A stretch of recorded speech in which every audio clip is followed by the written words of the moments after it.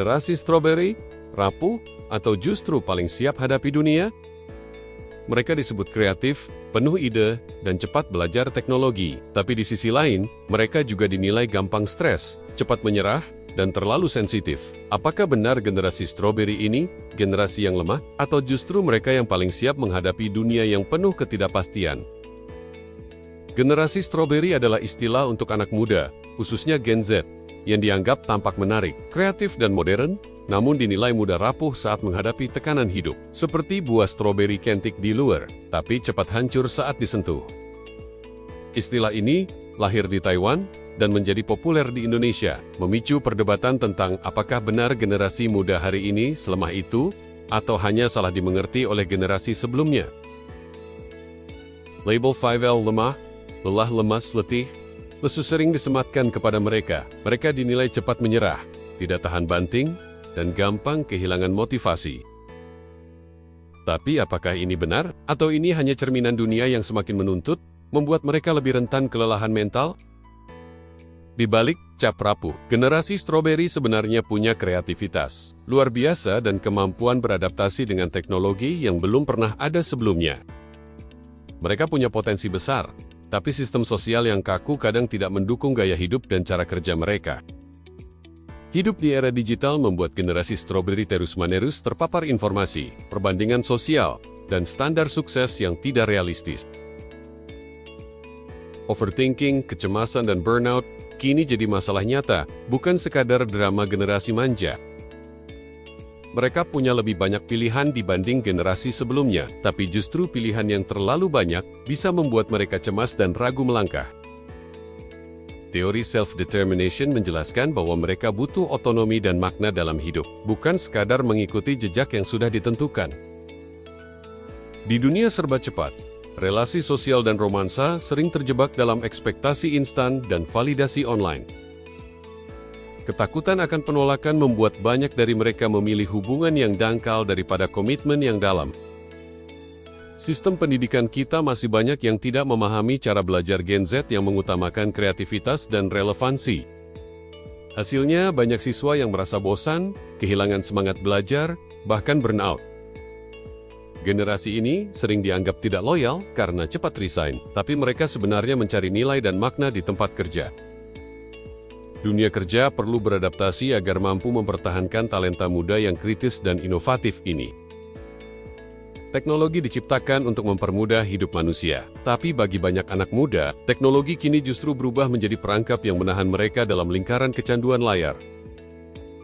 Scroll tanpa henti, notifikasi yang tak pernah padam, dan perbandingan sosial membuat banyak orang kehilangan fokus dan semangat. Pertanyaannya, apakah teknologi masih menjadi alat, atau kita yang sudah jadi alat teknologi?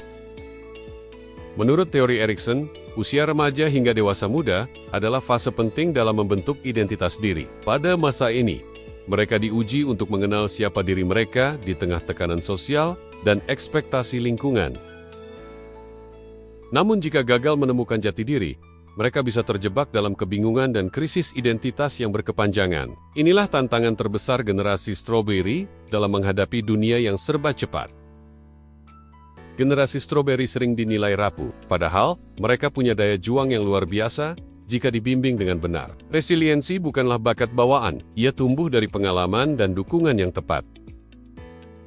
Dengan strategi coping yang sehat dan lingkungan yang suportif, mereka bisa bangkit lebih kuat dari kegagalan. Mereka hanya butuh kesempatan untuk belajar menghadapi tekanan dengan cara yang lebih sehat.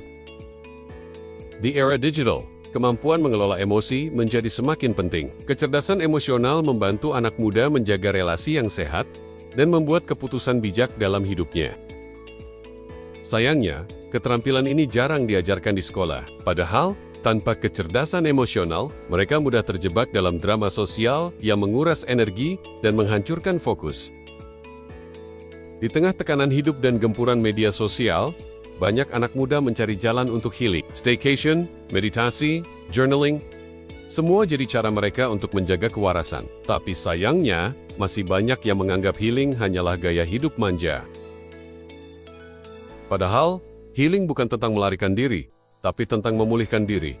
Generasi ini tidak ingin tenggelam dalam stres. Mereka mencari cara untuk bangkit kembali. Sudah waktunya Kita melihat healing sebagai tanda kesadaran, bukan kelemahan. Di balik stigma rapuh dan mudah menyerah, generasi ini menyimpan potensi besar. Mereka adalah pemikir kreatif, inovator teknologi, dan aktivis sosial yang berani membawa perubahan.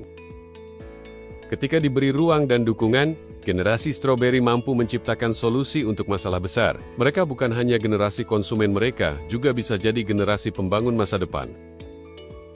Dengan jumlah hampir 28% dari total populasi, Gen Z akan memegang peran penting menentukan arah bangsa. Apa yang mereka lakukan hari ini akan menjadi wajah Indonesia esok hari. Pertanyaannya, apakah kita siap mendukung mereka tumbuh dan memimpin, atau justru terus menghakimi hingga mereka ragu pada diri sendiri? Masa depan Indonesia ada di tangan mereka dan kita semua punya peran untuk menjaganya.